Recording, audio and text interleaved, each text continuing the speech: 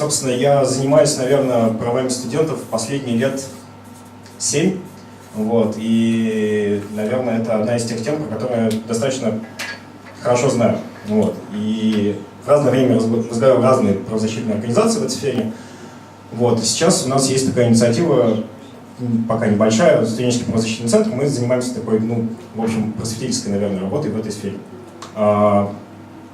Поскольку здесь сегодня присутствуют, во-первых, молодые журналисты, во-вторых, как-то люди вообще связанные прямо или косвенно с общественной деятельностью, то я решил поговорить сегодня про две темы, которые касаются прав студентов, и сделать это все в таком довольно практическом ключе.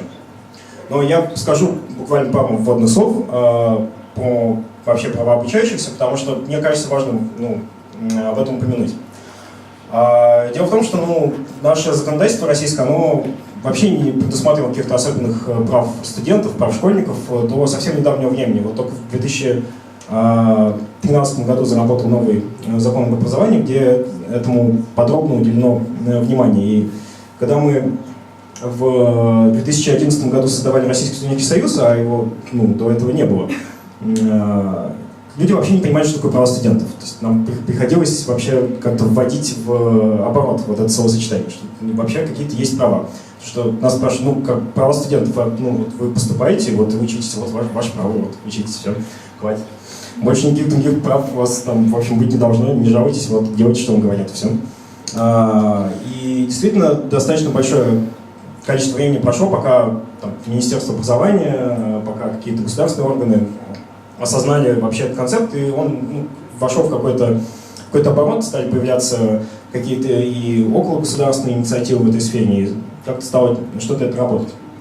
Вот. А сейчас, как мы знаем, очень много проходит разных митингов, согласованных и несогласованных, поэтому мы немножко уже говорили вчера на Баркэмпе, когда обсуждали тему политизации молодежи.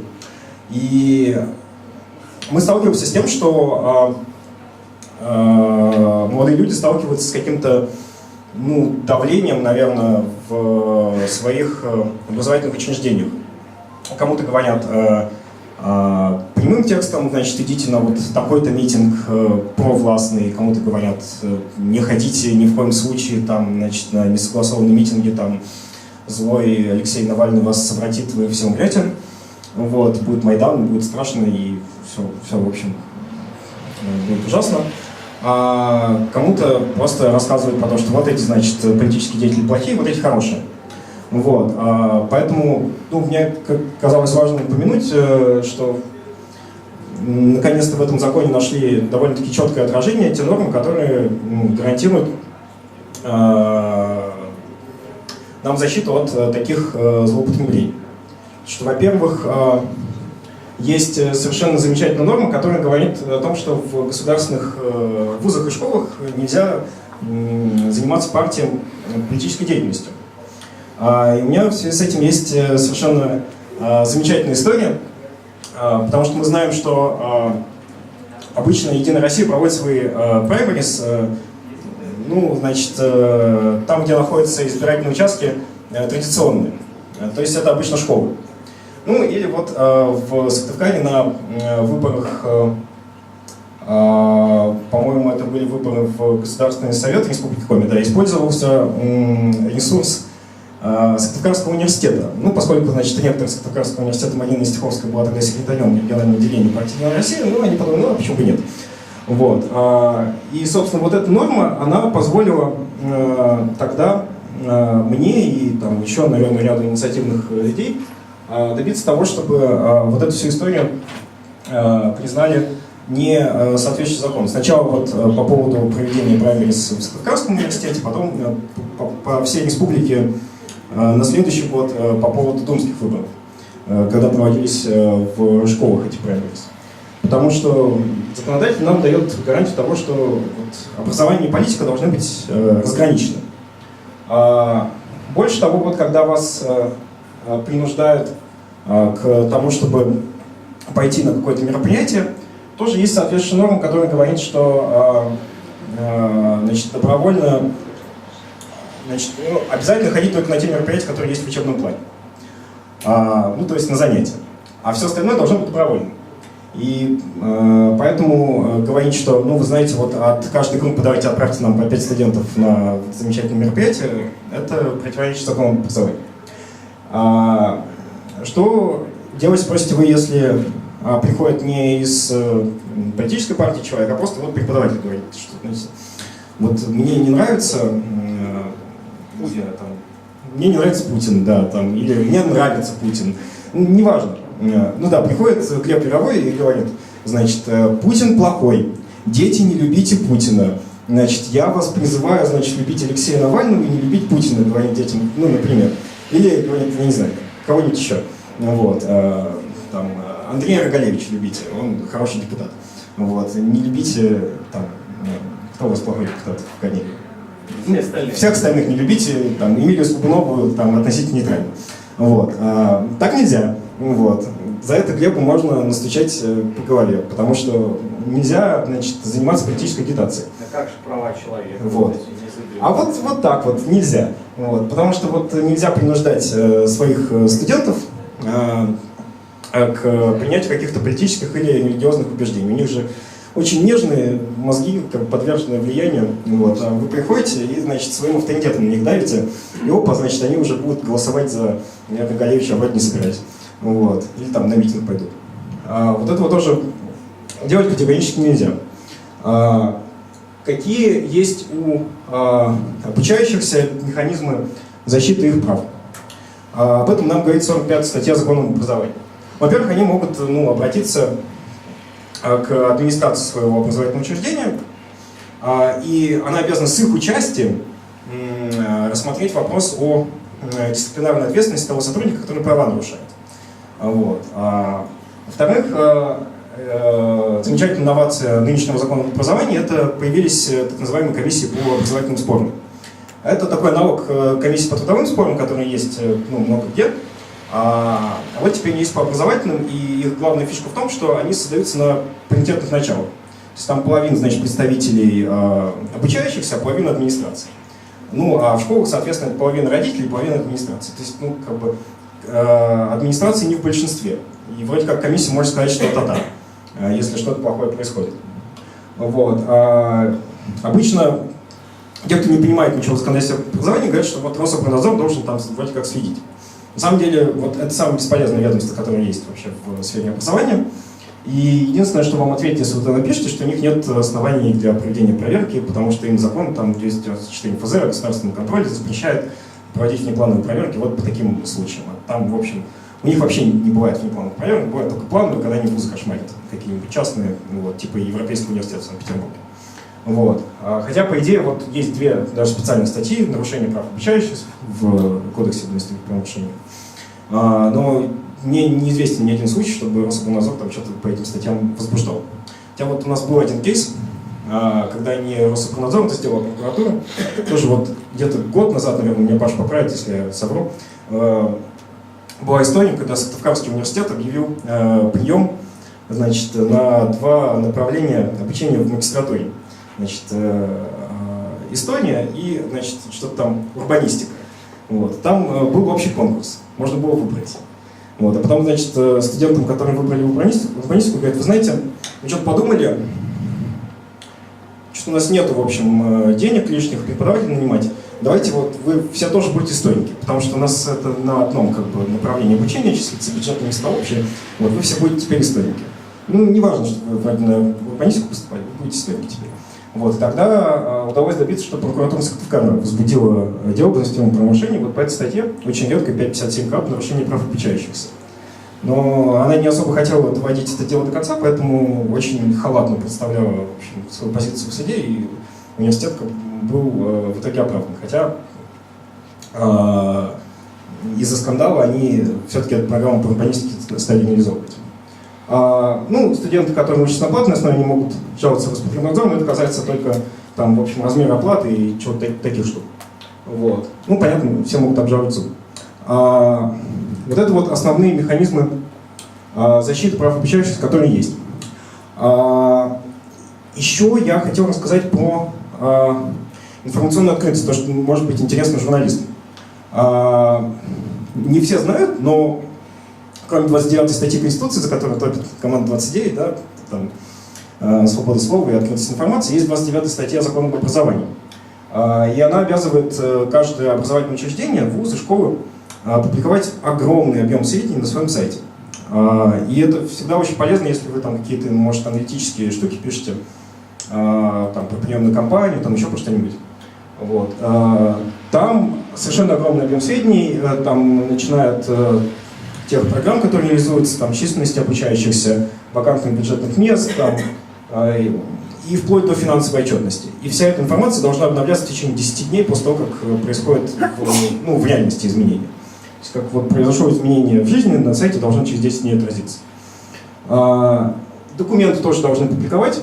Огромное количество. Самое интересное — это отчет о результатах самообследования. Каждый вуз в свободной форме составляет этот отчет. И, в общем, наверное, там рассказывает, что с ним произошло, в общем, за год. Почему мы самый лучший колхоз, в общем. Потому что, им как-то, они эти отчеты посылают своему учредителю, обычно это Министерство образования и науки, и там они должны похвастаться. Вот у нас наука хорошо идет, там, в Скопусе, в Web of Science публикуются статьи, не знаю, там, в общем, материально-техническая база наша растает и так далее. Вот если вам нужно в какой-то обобщенной форме получить информацию в каком-то вузе, вы идете на его сайт, заходите в раздел «Сведения об образовательной организации», ищите там отчеты о результатах самообследования. И там, скорее всего, будет достаточно такой исчерпывающий отчет. Правда, про плохое они там писать не будут, понятно, там только про хорошее. В общем, кто будет себя ругать. А ругать себя их, в принципе, обязывает закон, потому что если им какие-то предписания выдавались со стороны контрольных органов, они должны это тоже на сайте публиковать. Вот, то есть, в общем, как-то вот себя выпрямить.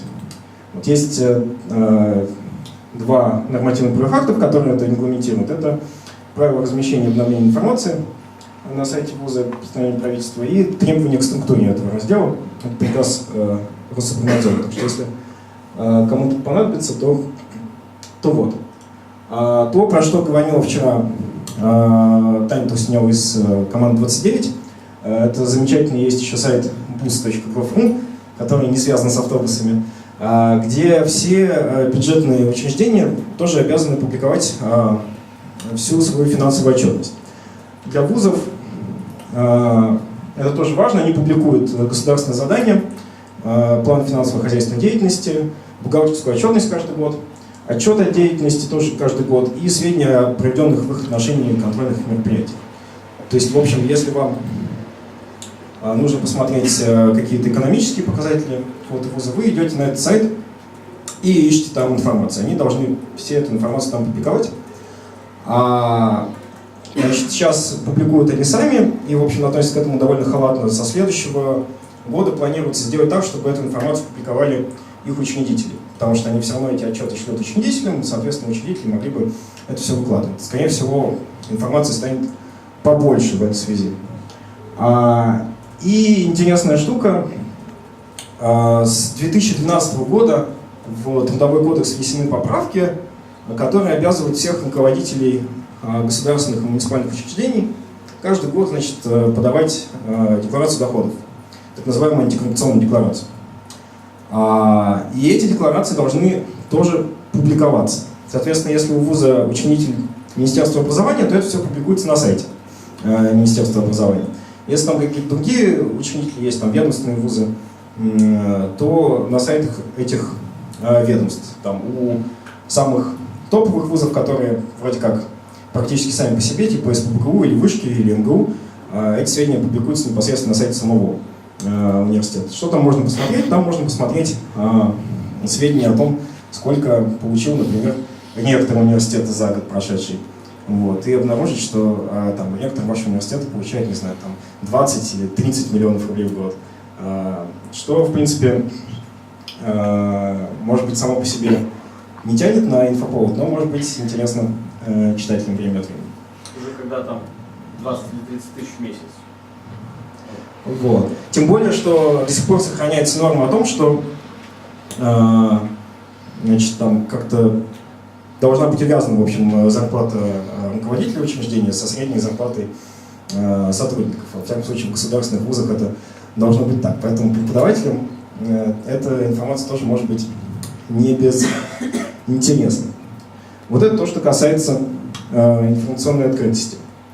Вот. Я намеренно остановился только на двух моментах, потому что мне хотелось, чтобы это было полезно в практической деятельности тем, кто сегодня в этой лекции, дискуссии участвует.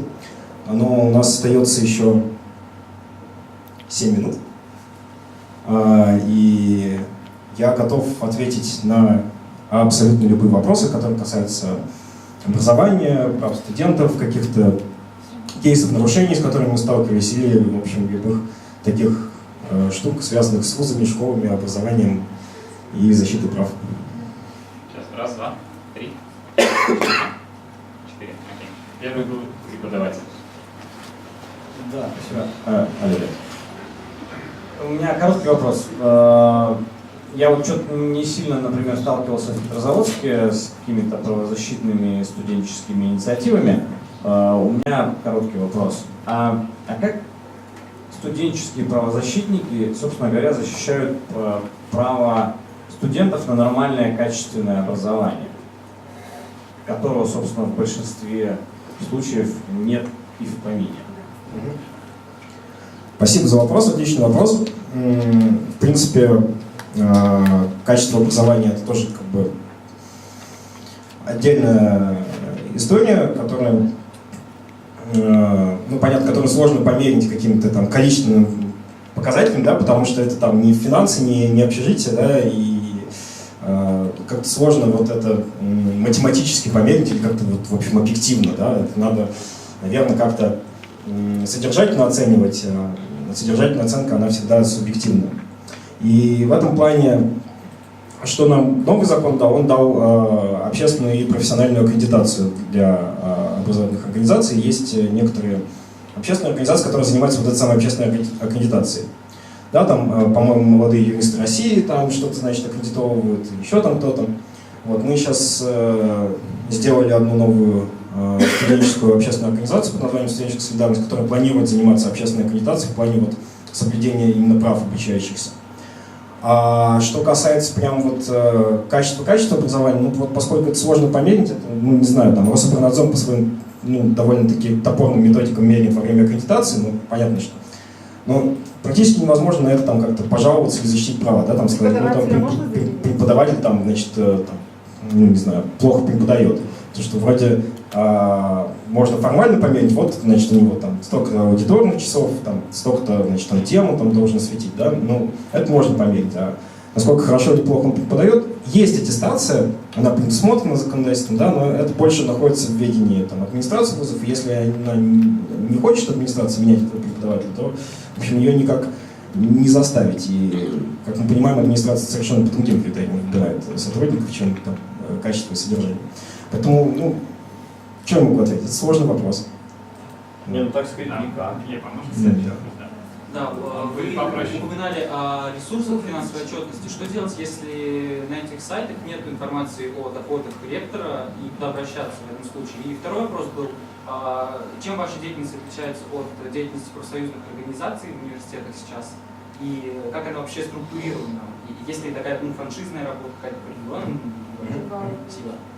Спасибо. Значит, первый вопрос. По поводу информации, которая публикуется непосредственно на сайте вуза, можно обращаться в органы, ну, либо в сам вуз написать, если вы хотите, там, ну, по-доброму. Может быть, они опубликуют, может быть, напишут, что, ну, в общем, или ничего не ответит.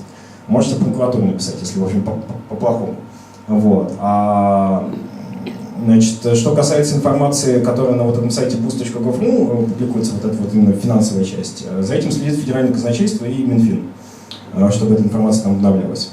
А информация по поводу декларации доходов, она публикуется, как правило, на сайтах учредителей. Вот Минопр, он публикует это практически гарантированно. Ну, в общем, если там чего-то нет, ну, вот непосредственно в Минопр можно написать, типа, ребят, ну, вот, вам декларации сдавали, давайте вы их на сайт вывесите, пожалуйста. Вот. Что касается деятельности, ну, та организация, которой я сейчас занимаюсь, Студенческий правозащитный центр, она в первую очередь просветительского характера. Вот у нас там как-то особо эта деятельность не структурирована. Мы проводим школы профстудентов.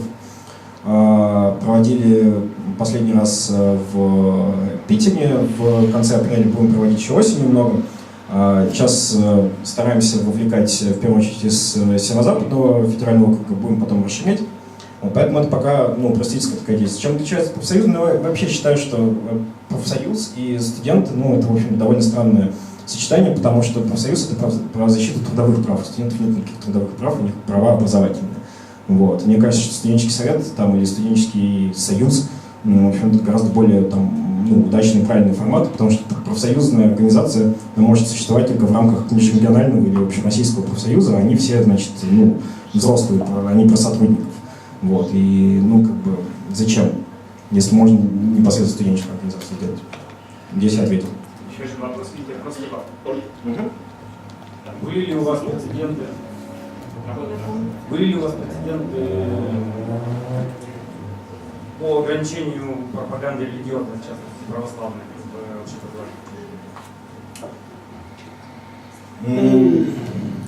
Вы знаете, поскольку вот эта пропаганда религиозная, она больше касается школ, чем вузов, то к нам с этим меньше обращались и практически не обращались вообще. То есть мы где-то, может, консультировали, как с этим бороться, а так в целом не занимались. Мы занимались только кейсами политической пропаганды.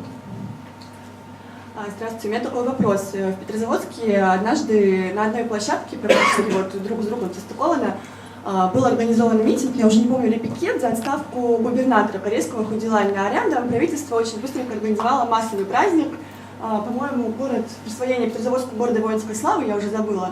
И для того, чтобы для массовки звали студентов, их не то что звали, а я знаю, это действительно было, преподаватели простили, составляли списки студентов, которые обязаны прийти на это мероприятие. И студенты, как вы говорили, наивные и нежные, естественно, они не могли отказаться от этого, они приходили, чтобы поприсутствовать, их проверяли по спискам, смотрели. Вы говорили о том, что закон, есть закон, который защитит студентов, они не обязаны ходить, тратить 3 рубля. И вопрос мой. Вы говорите, что 7 лет уже работаете со студентами, помогаете отстаивать свои права, а ваши они до сих пор ходят. А в вашей практике были такие случаи, когда студенты, которые реально отказались от такого, от мероприятий, на которых их гонят, как-то отстоять свое право, да, не получить какого-то, да, отчисления, там другие могут быть истекающие неприятные ситуации, которые могут возникнуть.